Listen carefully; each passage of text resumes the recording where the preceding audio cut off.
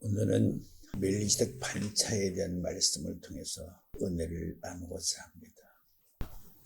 노아의 사역 중에서 가장 큰 사역을 크게 구분해 본다면 첫째는 방주를 지었다는 것이죠. 방주가 지어짐으로써 심판을 할 수 있는 것이죠. 그리고 두 번째는 노아가 포도나무 농사를 지었다는 것입니다. 이 두 가지 사역을 하기 위해서는 완전한 자가 아니면 할 수가 없는 사역이죠. 완전한 자. 그래서 창세기 6장 8절 9절 말씀대로 노아는 은혜를 입었다. 당대 의인이 완전한 자. 완전한 자만이 심판의 구심점이 될 수 있고 완전한 자만이 포도 농사를 지을 수 있었던 것입니다. 완전한 자가 되지 않는 입장에서 예를 들어 말하면 지금 저 같은 인간이 그런 사역을 하게 해주십시오.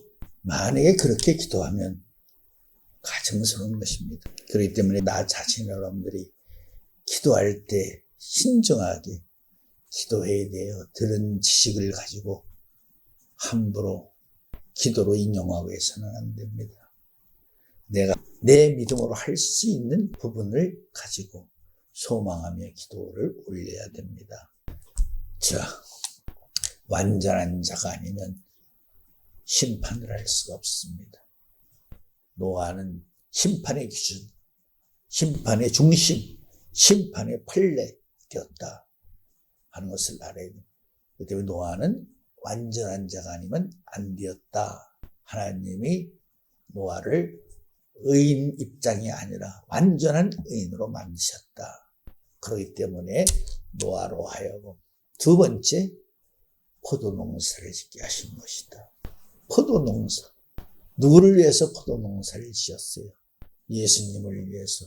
예수님이 왜 오셨어요? 예수님이 어디에 오신 거세요? 예수님이 포도원에 오셨죠. 포도원에 오셨다는 것을 예수님 자신이 비유로 말씀하셨죠.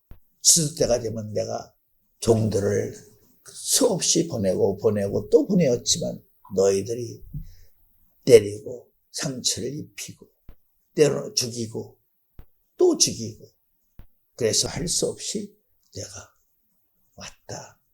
그런데 너희들이 저자가 상속자이니까 저자를 죽이고 우리가 포도원을 빼앗자. 예수님이 하신 비유의 말씀이에요. 비유지만 실존적인 역사의 진실을 앞으로 되어질 일을 신이 말씀하고 계신 것이죠. 예수님이 그 포도원에 오신 것입니다. 그 포도원을 누가 만들었죠? 그 포도원을 만든 사람이 노아입니다. 그렇죠. 아브라함이 이삭을 바침으로 여호와의 이레를 통해서 하나님이 오실 수 있는, 임재하실 수 있는 하나님의 거룩한 땅, 그곳에 오셨죠. 그렇죠. 솔로몬 성전, 스룹바벨 성전, 헤롯 성전을 통해서 저 성전을 내가 3일 만에 짓겠다고 하신 예수님의 말씀처럼 예수님이 바로 그곳에 또 오신 것이에요. 완전한 자가 아니면 심판의 기준이 될 수 없고 완전한 자가 아니면 포도농사를 지을 포도원을 만들 수 없다. 포도원만 만들어 포도농사를 지었죠. 포도농사의 내용의 핵심이 뭐예요? 하나님이 이 땅에 사람이 올 수 있는 길을 만든 것이죠. 사람은 오실 수 있는 길을. 자, 그럼 그 길을 노아가 어떻게 알았을까? 여러분들이 잘 알다시피 창세기 3장 15절 21절 말씀 깊이 공부해 본다면 깊이 이해하며 깨닫고 본다면 하나님이 이 땅에 오시게 되어 있습니다. 그렇죠. 여인의 후손이 내 머리를 상하게 할 것이며 너는 여인의 후손의 발꿈치를 상하게 하리라. 분명히 오신다는 것을 선언을 하신 것이죠. 그런다고 오신다고 해서 하나님이 스스로 오실 수 있느냐 하면 오실 수가 없어요. 누군가 사람이 오시는 길을 만들어 드려야 되는 것이죠. 야곱이 외삼촌 라반의 집으로 도망갈 때 광야길에서 잠을 잤죠. 그런데 꿈 중에 계시를 통해서 뭘 봤어요? 사닥다리가 만들어진 것을 봤죠. 사닥다리가 하늘에서 내려오는 것이에요? 땅에서 만들어진 사닥다리가 세워져서 하늘에 닿았어요. 물가에 심긴 어떤 나무라도 그 나무가 자라서 구름에 스스로 닿고자 하는 나무는 베어버린다 하는 엄중하신 말씀이 있어요. 아무나 사닥다리를 만들 수 있는 것은 아니죠. 땅에서 만들어진 사닥다리가 세워져서 하늘에 닿았어요. 그러자 그 사닥다리를 통해서 천사들이 오르락내리락하고 사닥다리 위에는 여호와 하나님이 계신 것을 보았어요.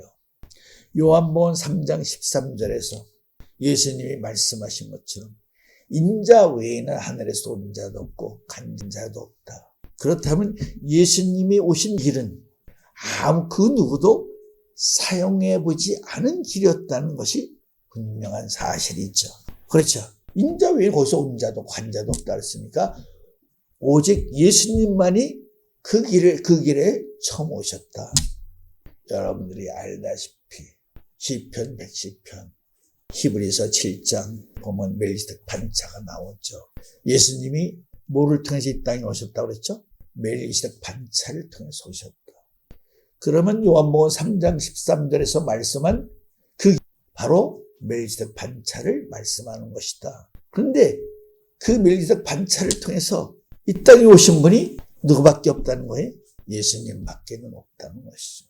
그러나 그 반차를 왜 만들었느냐 하는 만든 목적을 깊이 생각해 본다면 요한복음 14장 2절에 내가 가서 너희 것을 아버지의 집에 너희 가서 만들어서 너희를 다시 데리러 오겠다 하는 말씀을 본다면 그분이 다시 와서 우리를 데려간다면 우리도 무슨 길을 따라가는 것이에요? 멜기세덱 반차를 따라서 가는 것이죠. 그렇죠. 우리도 멜기세덱 반차를 따라가는 것이죠. 그렇다면 한번 이렇게 생각을 해보세요. 그럼 우리가 가기 전에 예수님 다음에 거기서 오고 거기 간 사람은 누구일까? 예수님이 누군가 만들어 놓은 그 길을 통해서 이 땅에 최초로 오시고 또 그 길을 통해서 최초로 가셨어요. 오른쪽 보좌로 하늘로. 그렇다면 요한복음 14장 2절에서 예수님이 말씀하신 그 말씀 전에 누군가 또 그 길을 통해서 오고 간 사람이 없었을까 하는 점을 우리가 생각해 보자는 것입니다. 천국은 제밭에 좋은 씨를 뿌렸다. 마태 13장 천국에 대한 7가지 비유의 말씀을 생각해 보세요. 천국은 제밭에 좋은 씨를 뿌렸다. 씨를 뿌렸다. 그렇다면 뿌렸다는 의미는 이 땅에 어떻게 오는 것일까?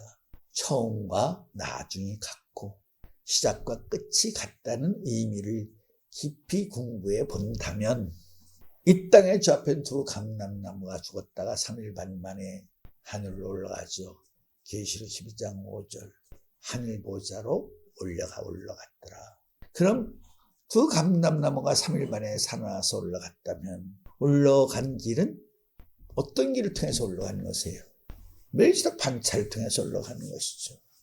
요한복음 4장 12절 이하의 말씀을 보면 하늘로 올라갈 수 있는 구원의 길이 여러 길이 있나요? 예수님이 오신 그 길, 가신 그 길을 통해서만이 어디에 갈 수 있다? 하늘에서도 올 수 있고 하늘에 갈 수도 있다. 아까 여러분들이 먼저 제시를 했죠. 야곱이 본 사닥다리. 그 사닥다리는 누가 만들었다는 말씀은 나와 있지 않아요. 누군가에 의해서 그 사닥다리가 땅에서 세워짐으로 하늘에 닿았다. 닿은 그 길을 통해서 천사들이 오르락내리락하고 또 꼭대기에는 여호와 하나님이 계셨더라. 그래서 야곱이 말했어요. 이것이 하나님의 전요 문이로다 말했죠. 그렇다면 이것이 이미 이루어졌다는 말씀인가? 앞으로 이루어져야 될 예언적인 말씀인가? 하는 점이 참 중요한 의미가 있는 것이에요. 분명히 그 사닥다리를 오르고 내리는 사람들이 있었죠. 천사들이. 여기서 한 가지 오해하면 안 돼요. 요한복음 3장 13절에 인자 외에는 그 인자라는 말을 잊어버리면 안 돼요. 인자. 천사는 인자예요. 천사들은 인자가 아니에요. 인자라는 말은 사람의 아들이라는 소리죠. 천사들이 오르락내리락 갔다. 예수님이 처음 왔다는데 천사들이 뭐 이미 오르락내리락 했네.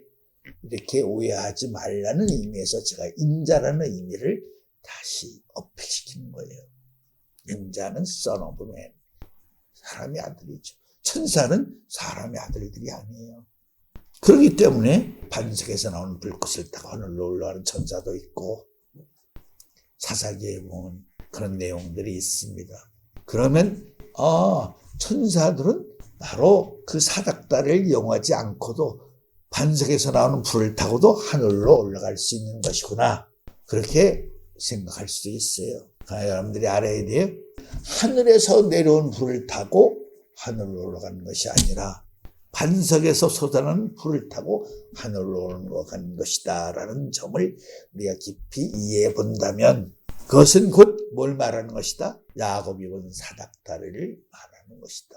땅에서 불이 솟아 올라갔기 때문에 하늘에서 불이 내려와서 그를 태우고 올라가는 것이 아니죠. 재물을 바위에 얹고 양푼에 국을 끓여온 것을 그 바위에 썩었어요. 그리고 지팡이를 딱 재물에 대니까 순식간에 재물을 태우면서 반석에서 불이 솟아오르는 그 불을 타고 기묘라고 말하는 사람이 삼손의 아버지가 보는 앞에서 하늘로 올라가 버리고 말았죠.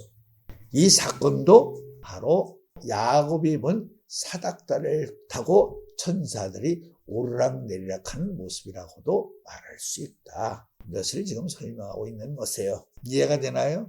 그러나 인자, 사람의 아들로는 예수님이 그걸 처음 타고 왔다. 그렇죠. 그렇다면 예수님이 오시기 전에 분명히 야곱이 천사들이 오르락내리락할 것을 봤죠. 그렇죠?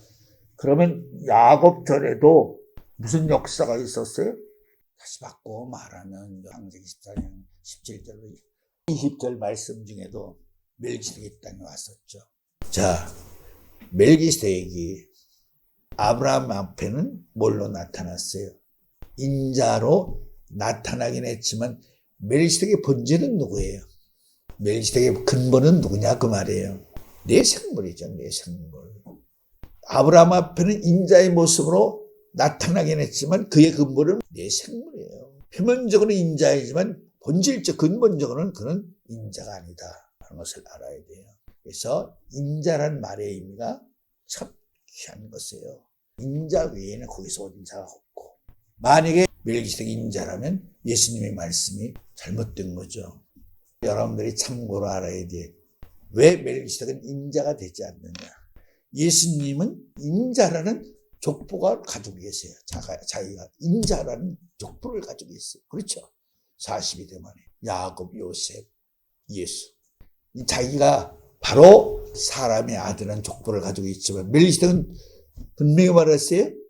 히브리 7장 1절 이하에 보면 그는 아비도 없고 어미도 없고 족보도 없고 그 말씀은 뭐예요? 그가 인자가 아니라는 거지. 예수님은 족보가 있어요. 헬리, 요셉, 예수. 누가 족보예요? 마태 족보는 야곱, 요셉, 예수. 멜기세덱은 족보가 없잖아요. 예수님은 족보를 가지고 오신 분이기 때문에 인자가 될 수 있었던 것이죠. 그 말씀을 깊이 공부해 보니까 야곱이 본 사닥다리는 이미 존재해 있는 사닥다리예요. 앞으로 이루어질 예언의 사닥다리를 보는 것이에요. 이미 존재하고 있는 사닥다리죠. 그 사닥다리를 통해서 천사들이 역사하고 예수님이 족보를 가진 사람을 이 땅에 그 사닥다리를 통해 처음 오신 것이고 그렇다면 그 사닥다리는 누가 만드는 것일까? 그 사닥다리는 아무나 만들 수 있는 것인가요? 못 만들죠. 의인이면서 완전한 자만이 만들 수 있는 것이지. 요한복음 2장에 포도주가 모자란다. 여자의 나와 무슨 상관이 있나이까. 그 말씀도 뭐예요? 왜 예수님이 마리아를 책망하셨는가? 마리아는 포도주를 만들 수 있는 완전한 의인은 되지 못했어요. 의인의 반절에는 들어있지만은 완전한 자는 되지 못했어요. 마리아 자신이 예수님을 인용을 해서 포도주를 만들 수 있는 그런 사람은 되지 못했어요. 이것은 마치 배 고물을 베고 주무시는 예수님을 깨우고 우리가 죽게 되었으면 예수님 큰일 났습니다. 일어나세요. 예수님이 바람과 파도를 꾸짖고 나서 제자들을 나무라신 것과 같은 입장이에요. 마리아를 나무라신 것은 같은 맥락의 말씀이다 하는 것이죠. 여기서 오늘 말씀을 통해서 우리가 한 가지 알아야 되는 것은 예수님이 요한복음 3장 13절부터 말씀하신 그 말씀을 통해서 야곱이 보는 사닥다리가 뭐예요? 그게 뭐죠? 바로 멜기세덱 반차예요. 그 반차를 통해서 예수님이 인자로서는 처음 오신 것이고 또 그 반차를 통해서 인자로서는 그분이 하늘 보좌로 처음 올라가신 것이에요. 그리고 두 번째 그 반차를 통해서 올라간 사람이 누구겠어요? 보좌로 올라간 사람. 그 반차를 통해서 하늘로 올라간 사람들은 있지만 보좌로 올라간 사람은 예수님의 누가 있어요? 예수님의 두 감람나무가 철저히 가진 헌세를 가진 계시록 12장 5절 말씀이죠. 예수님이 보좌를 말씀하셨어요. 그 보좌에서 온 자는 나밖에 없고 간 자도 나밖에 없다. 인자 외에는 없다는 것이죠. 그 반차를 통해서 하늘로 가는 사람들이 있죠. 예를 들어 말하면 예수님이 우편 강도에게 네가 오늘 나와 함께 낙원에 있으리라. 그러면 예수님이 그 사람을 데려갔다는 얘기예요? 아니죠. 바로 멜기세덱 반차를 통해서 그렇죠? 낙원으로 갔다는 얘기죠. 그러나 보좌로 간 사람은 없죠. 그래서 예수님이 두 번째 보좌로 간 사람은 이 땅의 주 앞에서 두 감람나무 두 촛대밖에 없는 것이다. 그러면 이런 생각을 갖게 돼요. 예수님이 하신 말씀을 이용해서 인자가 영광의 보좌에 앉을 때 너희들을 열두 보좌에 앉혀서 이스라엘 12지파를 심판하시겠다. 그럼 영광의 보좌에 앉을 때 그 영광의 보좌는 어느 보좌를 말씀하는 것인가? 그럼 우편 보좌에 계시는 예수님은 지금 영광의 보좌에 앉으신 것일까? 어느 보좌에 맞아야 들려요? 지금 우편 보좌는 영광의 보좌에 앉으신 건가요? 여러분들이 알다시피 예수님은 고전 2장 8절에 영광의 주이셨지만 지금도 영광의 보좌에 앉지 아니하시고 우편 보좌에 앉은 것은 누구를 위해서? 우리를 위해서 우편 보좌에 앉아 계시는 것이다. 앉아 서 계시는 것이죠. 앉지도 못하시고 우리를 위해서 기도하시기 때문에. 그러나 그분이 영광의 보좌에 앉으면 원수가 무릎 꿇고 하나님의 영광을 시인하고 인정하고 승복하고 찬양하고 경배해 드리게 될 때에는 우편 보좌에 계시던 그분이 어디를 가요? 영광의 보좌. 영광의 보좌는 어디를 말하는 것이에요? 바로 한가운데 중앙을 말하는 것이다. 우편은 한가운데가 아니에요. 좌편도 한가운데가 아니고 좌우가 있는 가운데가 바로 영광의 보좌를 말하는 것이다. 지금은 영광의 보좌에 계신 것이 아니다. 내가 영광의 보좌에 앉게 될 때 내가 너희를 열두 보좌에 앉혀서 그렇습니다. 그때에는 12사도들도 12보좌에 앉게 되는 것이다. 지금 12사도들이 12보좌에 앉아 있나요? 12보좌에 앉아 있지 않죠. 다 어디에 있어요? 낙원에 있는 것입니다. 자, 멜기세덱 반차 만들기 위해서 노아가 뭘 했다는 거예요? 포도 농사를 졌다는 것이죠. 포도원에는 포도나무가 하나만 있나요? 아니죠. 수십, 수백 그루가 있어요. 한 나무를 하나 심어놓고 포도원이다라고는 말할 수가 없어요. 포도원에는 예수님의 말씀처럼 포도원을 지키는 망대가 있고 포도원 사방에는 울이 쳐져 있어요. 울은 말은 울타리죠. 또 그 한편에는 뭐가 있어요? 포도를 수확해서 포도주를 만드는 포도주의 틀이 있죠. 슬틀이라고도 말을 하죠. 바로 포도원에 갖춰야 될 모든 기구, 모든 필요한 필수품들이 다 갖춰져 있는 상태를 가리켜서 뭐라고 말한다? 포도원이라고 말하는 것이다. 그러니까 포도원은 바로 이런 의미가 있죠. 천국은 제밭에 좋은 씨를 뿌린 것과 같다. 제밭에는 뭐가 있어요? 경기가 있어요. 울타리가 쳐져 있죠. 구분이 되어 있죠. 내가 땅을 사면 내 땅이 다 구분이 되어 있어요. 남의 땅 붙어 있기는 하지만 법적으로 변하지 않는 경계가 다 설정 정해져 있어요. 마찬가지. 그 포도를 만들고 포도 농사를 졌죠. 그 포도나무 속에 누가 있는 것이에요? 포도나무 속에 진짜 포도나무가 있는 것이죠. 1000마리 닭 중에 공항이 1마리 있게 마련이다. 남자는 1000명 중에 하나를 얻었지만 여인은 1000명 중에 하나를 얻지 못했다는 말씀이 있어요. 압살롬의 난을 패서 도망가했을 때 군을 재정비한 다윗이 요압과 아비새와 이때를 따라 전쟁터에 나가려고 하죠. 장군들이 뭐라 그랬어요? 당신은 우리의 10,000명보다 귀중한 한 사람입니다.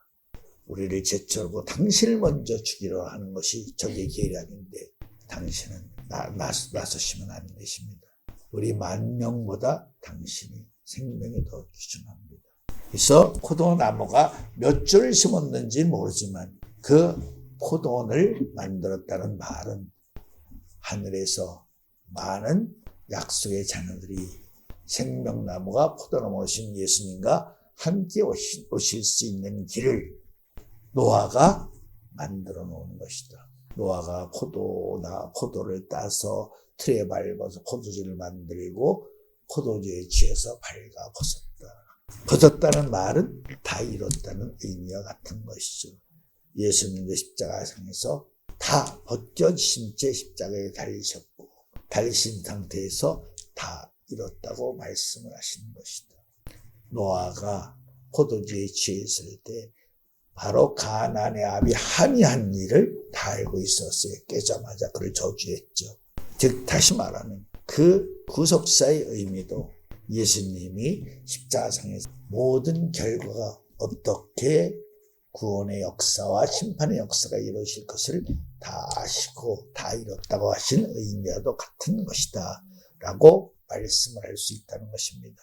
그러니까 노아가 분명히 포도원을 통해서 뭘 만들었다?